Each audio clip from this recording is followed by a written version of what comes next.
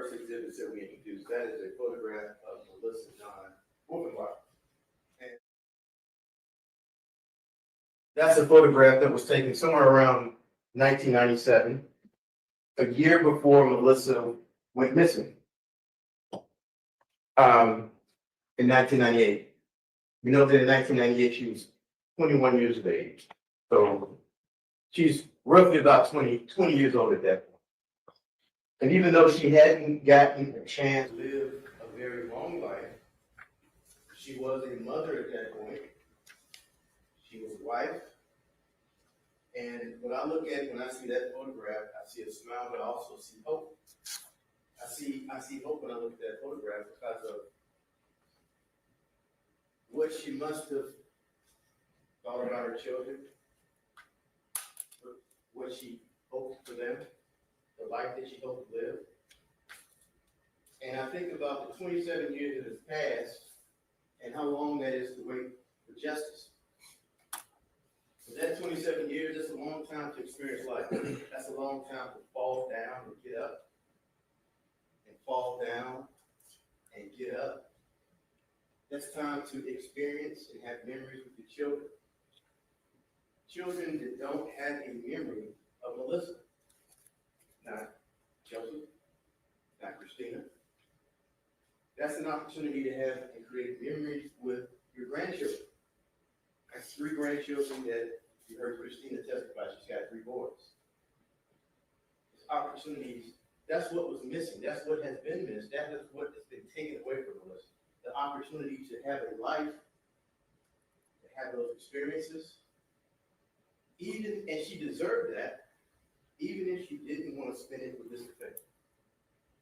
Even if she wanted to leave him, she still deserved to have that opportunity. She was manipulated, she was intimidated, she was abused, and she was coerced to give up her children. I believe that's what the evidence shows. I can tell you, 27 years later, I would not expect a judge to allow a defendant that battered his wife to be alone with them, to speak to them 6 days after it happened. Roughly 5 or 6 days after they went down to apply for a protective order. 5 to 6 days after the order, and had no contract was in place, the judge lets her speak alone with him. And then on that very same day, I want to dismiss. On that very same day, children go back with mom. And we don't know what was said. We don't know what was said there. We don't know what he said to them. We don't even know if the bruises that were on her from his attack on July 21st, 1990, we don't even know if those had fully healed yet. I can assure you the mental and emotional trauma from that act, having to call the police after a period of time in July where we know she had already been abused and experienced abuse. So when we think about domestic violence and we think about being intimidated and coerced, that's what I want you to think about when we look back at that date, July 29th. I believe the evidence shows that she was intimidated. She was able to be coerced, especially after being beaten for a year by this defendant. And I don't believe that she ever intended to give up her children and walk away from her family and her children. Your Honor, I want to object to counsel's repeated use of "I believe." I can assure you, counsel is not supposed to interject personal opinion. Understood. Mr. Fawcett has offered to rephrase. Go ahead. Now, the indictment you'll get will have one count of murder, for the malice, murder, the intent to kill, the intention to kill Melissa John Wolfenbarger. And this is why we're here. From what was found on April 29th, 1999, and June 3rd, 1999. Skull of Melissa Wolfenbarger, right on his job. Within that same vicinity in the wooded area. And a minute from the residence where Christopher Wolfenbarger and Melissa Wolfenbarger lived. and your judge is going to instruct you that you are duty bound to follow the law, then your consideration of the law, you should consider certain things and certain things you should not consider, such as sympathy for either the victim in this case or the defendant, disagreement with the law, conjecture, dislike of the system, television, public opinion, penalty or punishment. The only thing that you are to decide when you're considering the evidence is whether or not the state has met its burden beyond a reasonable doubt and prove the guilt or innocence of the guilt of this defendant. You should consider the elements of the crime, the law which the judge will give you, the oath that you've taken as jurors, the facts, the case as presented in the form of testimony, video exhibits such as the video of the defendant hiding, audio exhibits such as the audio of the defendant stating that you have looked for, acknowledging that he took assault, also acknowledging that she was dating someone and seeing someone and staying with someone named Mike. You also consider the credibility of the witnesses. What was it like when they were testifying? How did they answer the questions? You are entitled, you're the determinant of the credibility of not just the state's witnesses, but also the witnesses that the defendant called. You all consider what the defense is. Now, the defendant doesn't have to present any defense. Walk into court Tuesday, Wednesday, say, hey, make them prove it. But that's not what happened in this case. The defense in this case is Carl Patton. Listen to the theory and opening statement. Defense in this case is Carl Patton killed Melissa Wolfenbarger.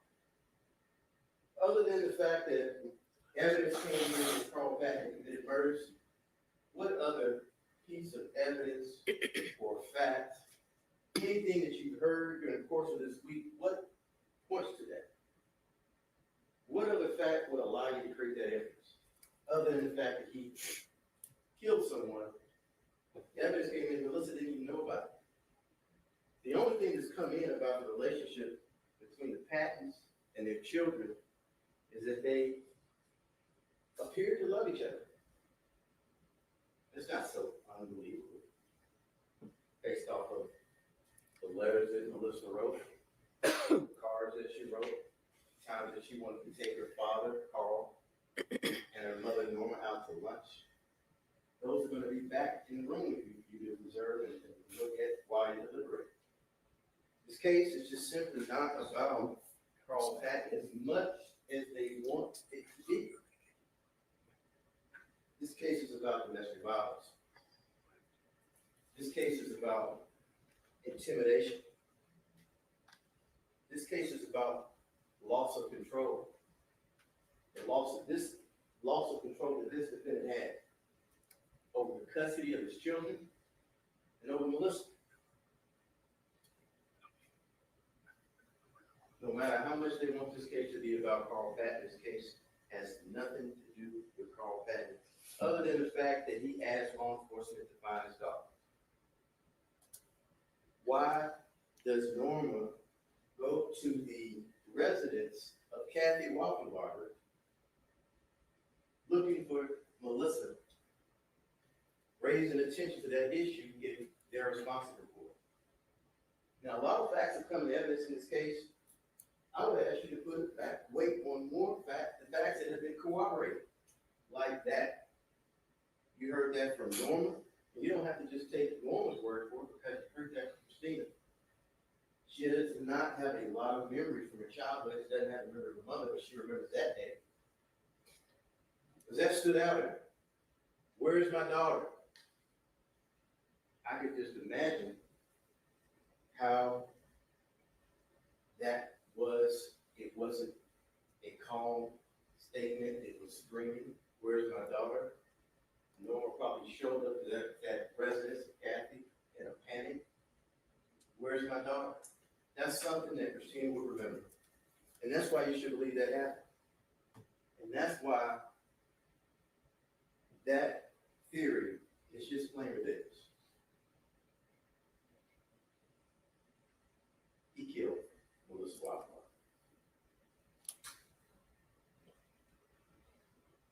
Most importantly, your common sense is the main thing that we're asking you to use in the side of this case. What does the evidence tell you? What the facts tell you? What has been presented? Judge is also going to charge you on what reasonable doubt is and what it is. Judge is going to charge you that the state is not required to prove the doubt or the guilt of the defendant beyond all doubt for mathematical certainty. Reasonable doubt is doubt of a fair-minded and impartial juror honestly seeking the truth. Is a doubt based on common sense and reason. It is not mean a vague or arbitrary doubt. Like Carl Patton. A arbitrary, not supported by the facts. Thrown out. Hoping to stick on the wall. Evidence may be direct or circumstantial, or both.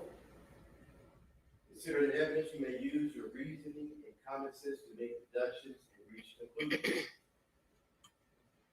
May be direct or circumstantial. Direct evidence is that which may be seen or heard.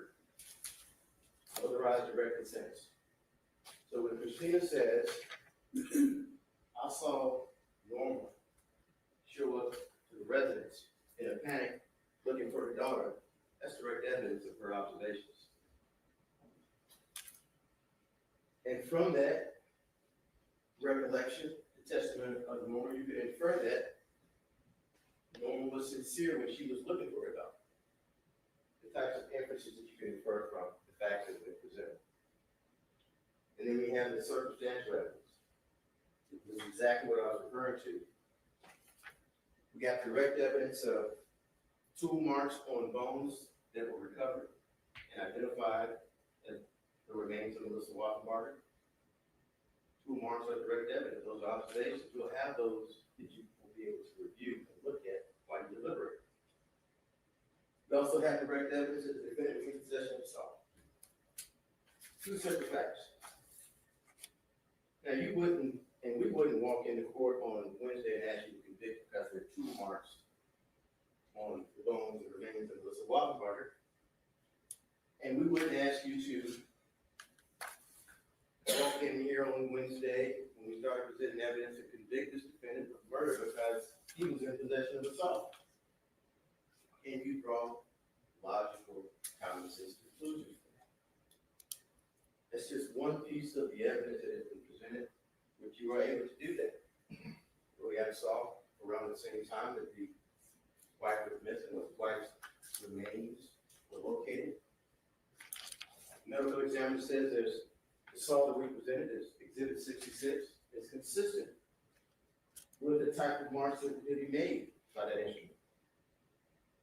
And in his own statement that he was in possession of it around that time, and then the statement of the rocks, although they were reluctant to say so, that they never got that saw back. We would not ask you to convict solely based on that fact alone, but that is a fact that you can consider, and those are inferences that you can draw. Reasonable, common sense inferences. So this is what I saw when I woke up this morning. I probably see this a lot more than most people, but when I woke up, this is what I saw. And I had time, so I stopped by to get some gas. And by the time I finished, I got back and I crunked up the car, and I'm back on full. So I never saw anything going to my vehicle, but during that period, I smelled what appeared to be gas because I cut grass. I smelled gas. There's about there's less money in my account. The numbers on the dial are different. I hear a clicking sound. And so, even though I never saw any gas going on my vehicle, there are logical deductions and conclusions that I've drawn from all those facts and circumstances. Nobody's going to be able to come and tell me that Santa Claus put gas in the vehicle. So when we ask you to use your common sense and look at the facts, the evidence is what it says it is. The facts are what they are.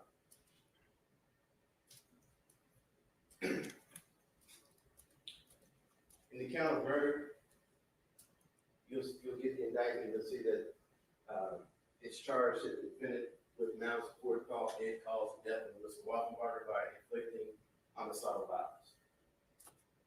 Now, as it's charged, that term homicidal violence, based on the manner in which the remains were recovered, it is impossible for the medical examiners to determine if she was shot, if she was strangled, if she was stabbed, any number of ways that you could commit a murder could have been committed to Melissa Wolfenbarger. But you can't tell if someone has been strangled if the neck is missing.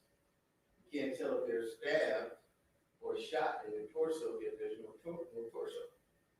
And what we're able to determine based on the testimony of the medical examiner is that the facts and circumstances what she observed as how the remains were located, the history and evidence of domestic violence in that relationship, the fact that there's evidence that someone removed her limbs with salt. All of those facts, and the fact you heard her testify that in her medical examiner expert opinion, she did not believe that Melissa Wolfenbarger died of natural causes. All those are facts that point to homicidal violence. In her opinion, was that it was more likely that Melissa Wolfenbarger died from homicide. That was her opinion. And that's why the indictment is charged like that, is because of how she was found. But that does not take away from what we have proven based on the testimony. And that is that she died from being murdered. That is called homicide. They're just going to charge you with the law of malice. It is not ill or hatred. It is just simply a killing without justification, excuse, or mitigation. It can be expressed, deliberate intention to unlawfully take the life of another person. It may be implied with no considerable provocation appears in all the circumstances of killing show an abandoned and malignant heart.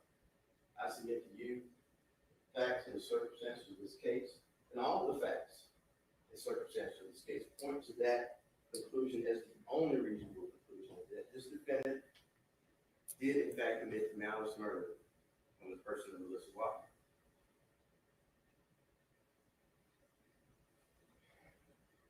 The state does not have to prove premeditation to prove murder, regardless of how briefly that malicious intent existed. Malice may be formed in an instant.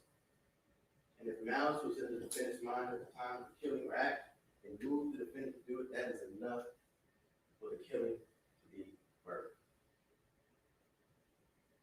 The state does not have to prove motive to prove murder. Any evidence of motive is for use to determine the defendant's state of mind at the time of killing. You are allowed to consider it, such as the evidence of domestic violence is lawful evidence of motive. Did he abuse her that year? Did he hit her? Did that happen multiple times that year? That's what the facts have shown. You can use that and those facts and the expert testimony from the domestic violence experts as evidence of the defendant's motive. And all of those things I previously mentioned, the fact that there's an open criminal case that she wasn't able to appear to. The fact that she was seeing someone else. The fact that she planned on leaving, that she had continually left him throughout that year. All of that is evidence of motive. Judge is also going to tell you that the testimony of the single witness, if believed, is sufficient to establish a fact. There's no legal requirement of corroboration of the witness, provided you find the evidence to be sufficient. That means if, when you heard the testimony of Christina and you believed it, you don't need any corroboration for that to be a fact that you consider. That means if you heard the testimony of Christina and you believed her when she said that this defendant would always talk about going on a run, when you talk about, you know how to get rid of a Bible, who says that to his daughter, considering how her mother was found? That's after she says that after. Melissa Wolfenbarger's remains have been identified. He makes those statements. That's what she remembers growing up. Does that? This defendant.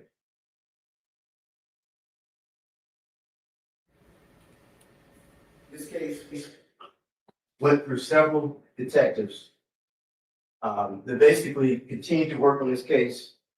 Detective Calhoun and Detective Shepard.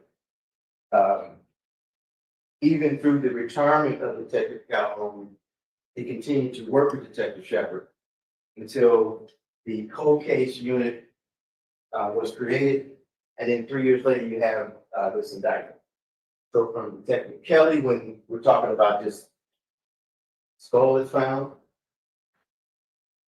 to the point where Norma Patton goes to Henry County, and Detective Stott really is the first investigator that starts to really investigate and look for Melissa as a missing person in Henry County. He wasn't able to get a lot of traction with the Atlanta Police Department at that point in '99. We have Detective Stott, who interviews the defendant. Back during that period, it's before 2003, he says,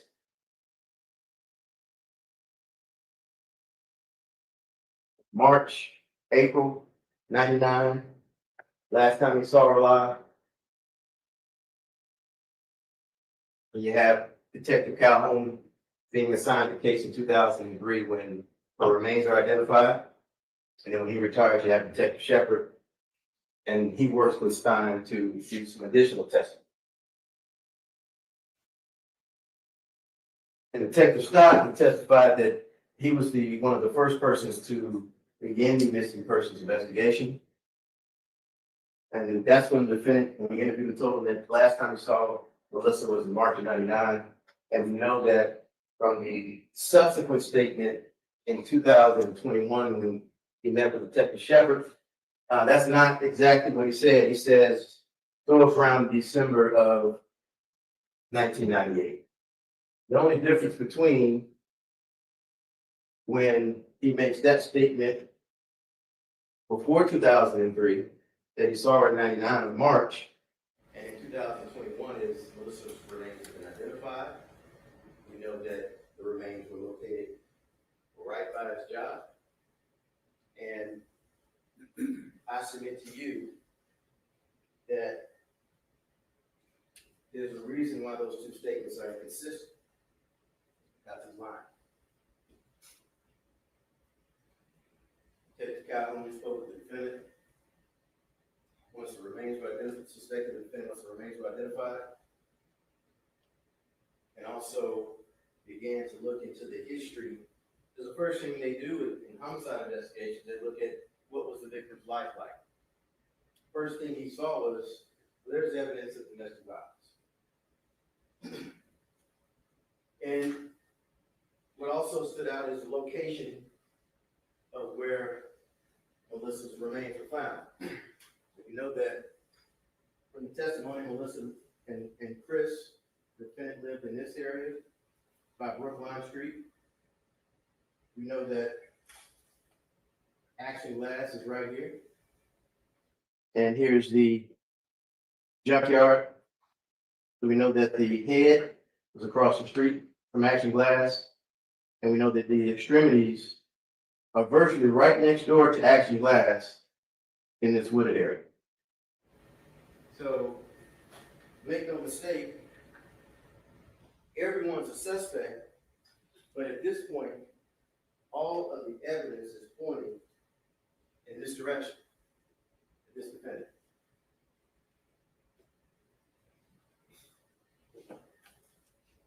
What is the evidence against this defendant? So there's a timeline of abuse in this case that was presented. We go back to the beginning of '98. You know, the testimony of China Patton that Melissa started working with her. I believe it was a Virginia Highland Waffle House somewhere around the end of '97. So they were working together, sometimes on the same shift at the beginning of '98. There was one point when China remembered seeing marks around the neck of Melissa Wolfenbarger. What what she described appeared to show that marks of someone's hand around Melissa's neck. Immediately, the overseas defendant went out to the front. And that's when he got into the altercation with Troy Clinton. That's what you heard in the testimony to the defendant. That's the beginning of 1998. And we get to July of 98. And so this is what Detective Calhoun is looking at as he's beginning to investigate the case. He's looking at the location of remains and where he lived at, his job, and he's looking at all this information. All the evidence is pointing at this defendant.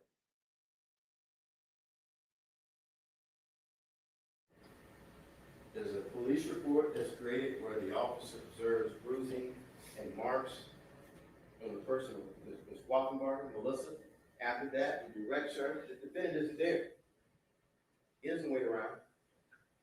After that, he directs her to go for him, take out a protective order, get you some protection from him. And that's exactly what she did. She went down there in person and applied for a protective order. So those are the records that Detective Calhoun had access to. This is the day after that July incident, July 21st. So the next day, July 22nd, she goes to the courthouse and petitioner seeking relief from family violence from him. That's who she was seeking relief from. She was seeking relief from the choking that she had and her sister observed, that Troy fought him about. And we had that Rule 9 side setting it down from the 29th, and then we have that where the judge allows her to speak with this defendant. Just days after that, days after her hair is being dragged and pulled, days after she's been hit.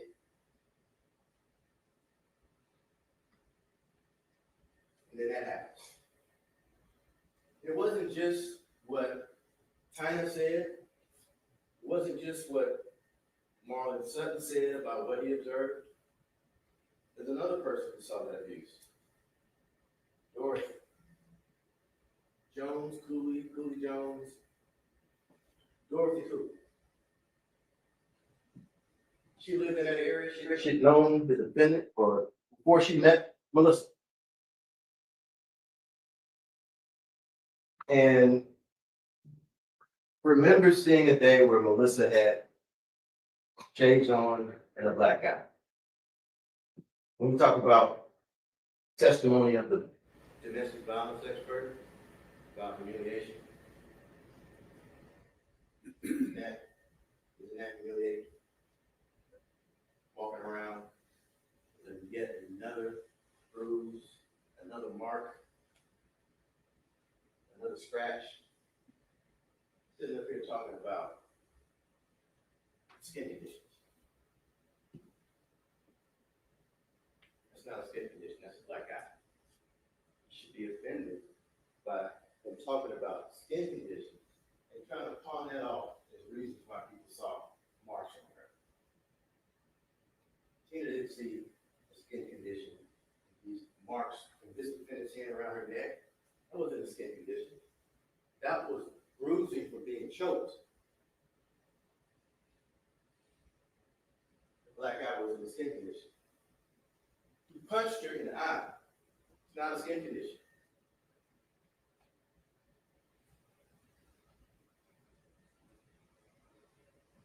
Thomas Dixon.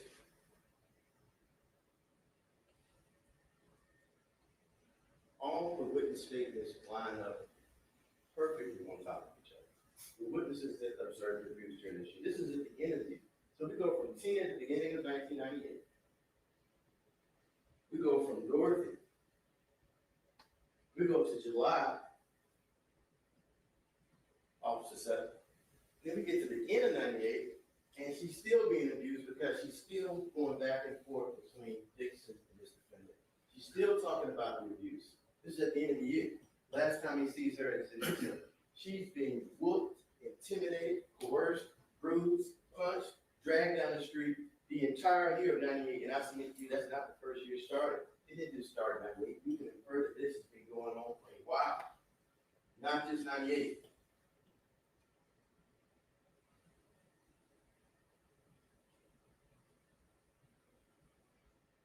Dixon confronted the defendant after he came to the Waffle House at the end of that year. You gotta leave. You gotta go. What did Dixon see? Them talking, Melissa crying. Kind of like that July 29th day at the courthouse. Them talking, Melissa crying.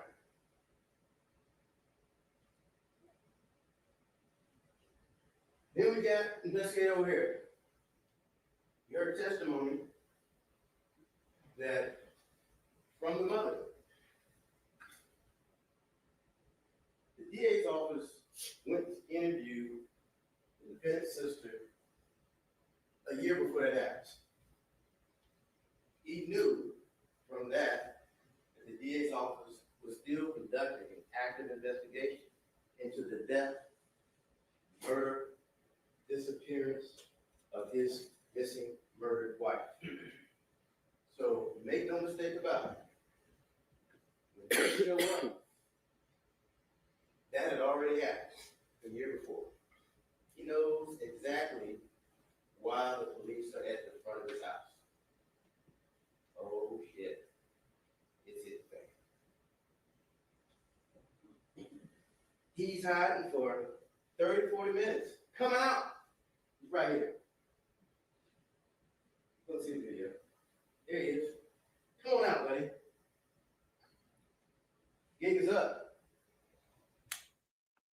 He had 27 years. It's up.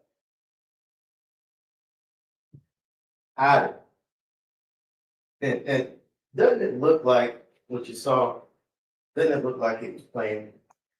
It didn't look like it was just, oh, no. It looks like he planned to go there. Got there real quick, went out there, and sat out there for, I don't know, 10, 15 minutes. It's the police. Go hide. Guilty. Detective Shepard. You picked up this investigation. Had those same suspicions. Calhoun had all the evidence is pointing to this defendant. But I'm going to interview Chris. See what he has to say. Let's see if this statement is inconsistent.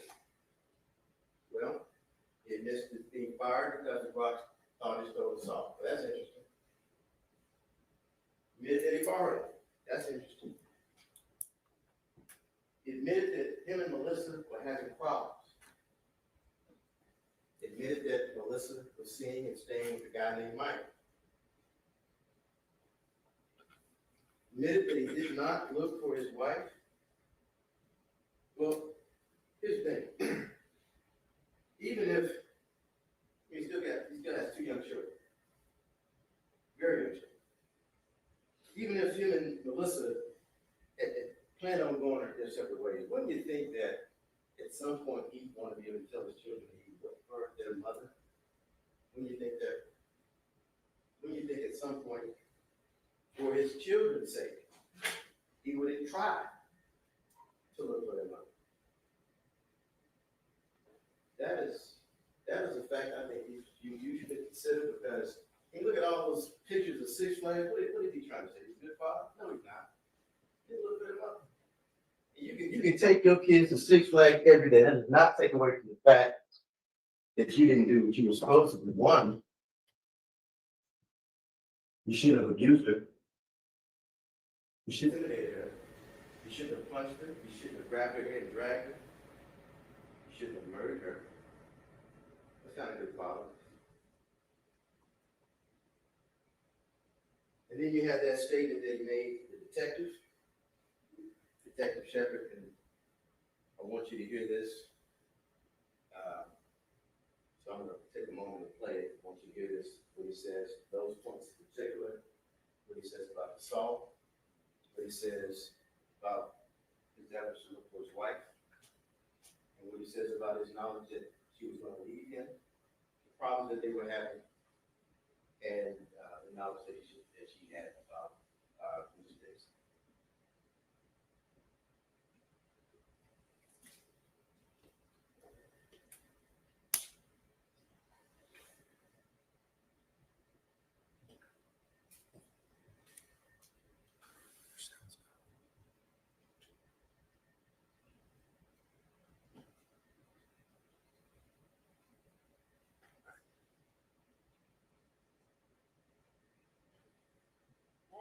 60%. In the future, PHCPL 5490 and PHCPL 54003910. I mean, before that, I mean, Where was she working? at that time, the Waffle House, up in, like, she worked out in the little, she wanted to say. Where was she working? And she got the glass company around the corner. All right, so when was the last time you saw Melissa? And that's the thing, you know, I don't quite remember if the last time was, because I remember, like, she would come and go, okay? And when we say that, it wasn't like, we're happy-go-lucky, she's sitting right here one day, and then she was up and gone. And I don't know if that's the way, So would you describe your relationship as tumultuous or like on again, off again? You know, it was rocky there towards the end, mainly, I think, because it was her family so far trying to get back in her head and trying to make her think things and do things, and like what? man, she never had a relationship with her sister at all. You know, and then that towards the end, you know, I guess everybody has a need for one, you know, family, one of the more type of thing. You know, and I think there towards the end, maybe she tried a little to try to get back with them or to do or what. But I don't think it was near what they made it seem like, that she was there all the time, or she leaving cards, pictures. And I know that did happen sometimes when she did, you know, at that time, but the struggle that we had, we had a common goal of what we were trying to accomplish. You know, we had several goals in our, Which was to go to California. this is a good way to get that and all. You know, I'm older than my mom. She didn't want more than that. She didn't want her to be raised like she was, and there, there was no, you know, we knew that her names were bad, and anybody could have out there in the. Okay, so when was the last time you saw her? But the last actual time I remember was like, I woke up and she was gone. Like, we were in another night and she left. And I don't know if that was the last time or the last time when I dropped her off at the train station to go to work. If it was exact. I don't Do you remember telling Detective Calhoun that the last time you saw her, you were driving up to your house on Brookline and saw her walking down the street? And that was the last time you saw her. I don't know what they're saying now, but it's possible. Okay. I just So don't. that, basically you said that was the last time you saw her, that she said she was going to the train station. Something to that effect. I'm not saying verbatim that's what you said, but it was something along those It's lines. possible. I'll give you that. But does that sound like it's accurate? Again, it could be. I don't know. But you remember that incident, or can you recall that happening almost about to be home, driving up and her walking down the road? Is that ringing bells? I mean, that's usually the way it happens because we only have one day. Okay. You know, if there was. She would walk to the train station to try to go to work or something? Yeah, or I give her a ride, or she, you know, sometimes she just wanted to walk. You know? We're not talking about like crazy from far away, we're talking about the real life at the end of the road. Yeah, I know, we didn't say, so I'm ashamed. But talking about that specifically, do you remember that day specifically? I don't know. One, Did you remember? one of the road. Well, I would like to ask you, what was she wearing? Do you remember? Did she have a purse with her? You know? So you don't, the last time you saw her, when you came back home, she wasn't there. Where was her stuff? She didn't have a car, she couldn't move it, so it was still there in the house? I mean, if she left and just like that, it was only like a small, I mean, kind of the same thing I did. I mean, when Austin job was moved, my grandparents would go sell the house and everything. You know, when I left, I didn't take hard enough, I went to live in Austin, whatever little. After the last time you saw her, or that when she left, did she tell her family? Did she tell your family? Did you tell her that your wife left? I mean, she had left many times before that. When she would leave and go, I never knew that was the last time I was going to see her. If I did, I would have freaking kept her. After that, like a month or two, you think that was, After a while, I was saying that she was splitting no dog. I mean, there was, she was maybe seeing the guy and everything that was up there, or I know that she was living with in Buford, or no, I can't remember the last one was Buford or Eastern Corners. was she seeing somebody? I don't know if she was seeing somebody, but there was this dude, and I want to say his girlfriend, that sometimes that she would stay with him in like an tiny lodge out that way. And how And did she know this? she worked with him. Was it the girl or the guy? I want to say the guy and the girl both worked there, but I could be wrong. I know the guy worked there, but I know that it was a couple, because then there was this one time that they had called me and it said that they were moving and she had to go do something. She had to do something else. And this was before the last time you saw her, right?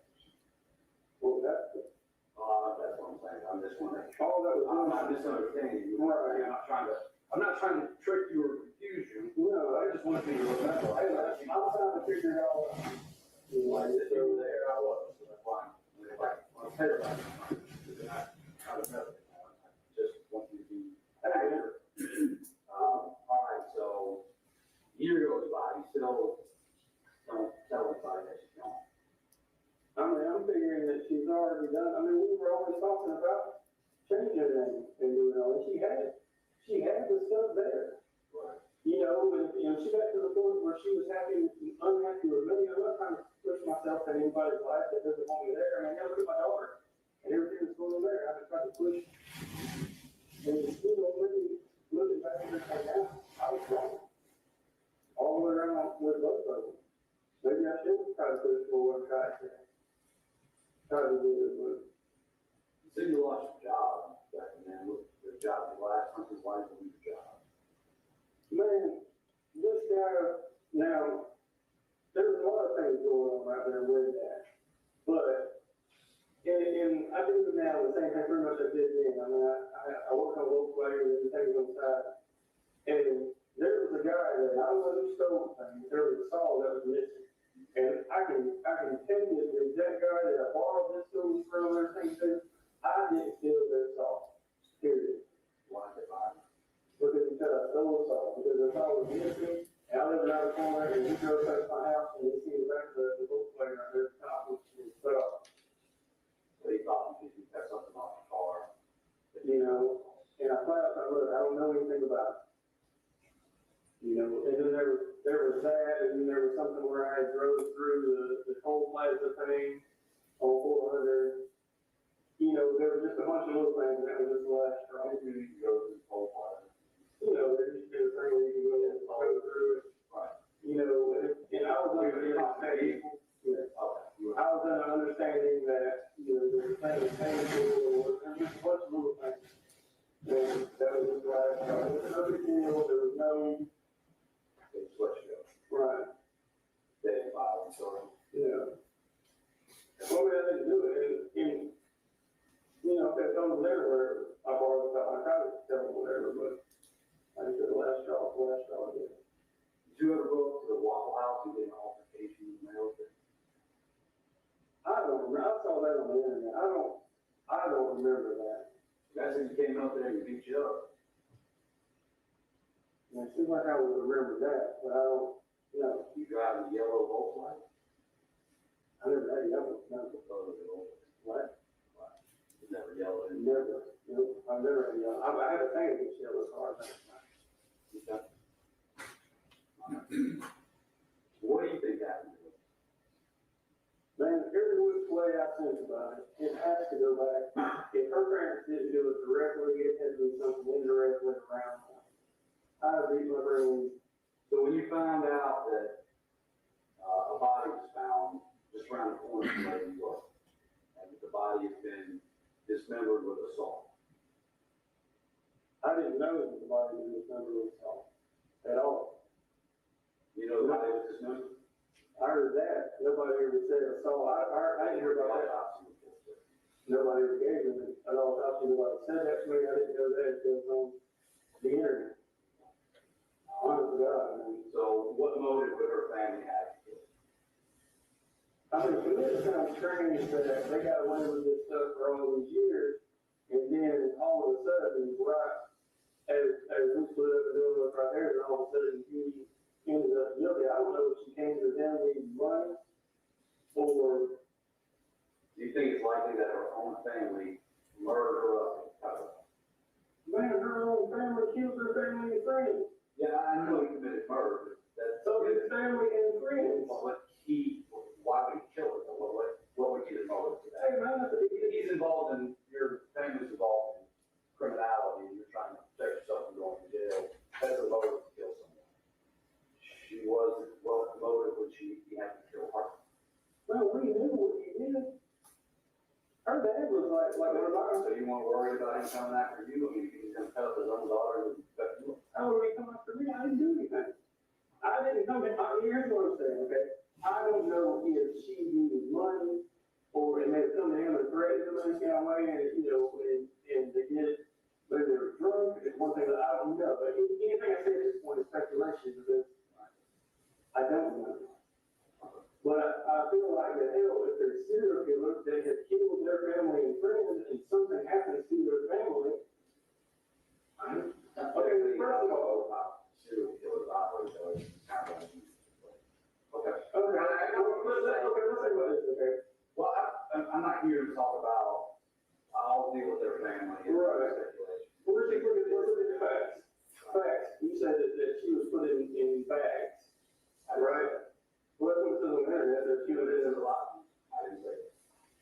So she put in bags. Well, I didn't say that. So, look, we're being straight up. I'm trying to, okay, I'm trying to What figure I this out. understand, the body parts had washed out of an area onto the street. Now, there were bags recovered there, so to make the assumption that they may have been in bags, yes. But I wasn't there to see, so I can't. Nobody has been straight up with me on this, okay? And everything that I'm learning is basically through the internet. And we all know how the internet lies, and it's a whole I thing. agree with you 100%. Everything that the internet says about me, she was under a different name, trying to hide, and it's hard to tell a lie. That's why I'm asking you about that, because I'm not going to go off on speculation from the internet.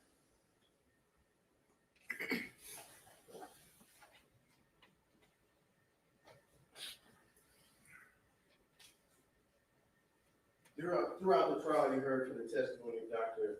Rosa James. She was a domestic violence expert. She had hundreds of experiences with persons that have been victims and perpetrators of domestic violence. She was able to tell you about some of the cycles of abuse, talking about tension building, the beginning of 1998. We talked about the incident, the different phases where there's an incident, then there's a reconciliation, and then there's calm. And so ultimately, what we have from the beginning of 1998, when Melissa started working with her sister, we have a representation of what that expert was talking about. We have the tensions, we have the incident, we have the reconciliation, I'll call that July 29th, and then we have the subsequent calm until we have the disappearance of Melissa. And I would submit to you that testimony of the expert, of Dr. James, is relevant testimony, is testimony you can and should consider in evaluating what's been presented in evidence of domestic violence. And I would ask you to put the appropriate weight on her testimony and use that in your determination. Dr. Mark Gilbo is an anthropologist with a specialization in skeletal remains and analysis of skeletal remains. He was able to say he observed saw marks on the remains of Christopher Wolfenbarger. And as far as the exhibits that he was able to go over, exhibit 34, which you'll have, you see the example here where he's talking about the part of the bone that has been shaved down. And you have the next exhibit, the autopsy of the remains of Melissa Wolfenbarger. You see where the saw marks are that were indicated by Dr. Gilbo, what he observed.